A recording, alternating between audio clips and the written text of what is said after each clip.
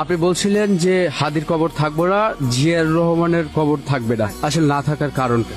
ওরা শিখাই দিয়ে গেছে 32 নম্বর ভাঙতে হবে কেন।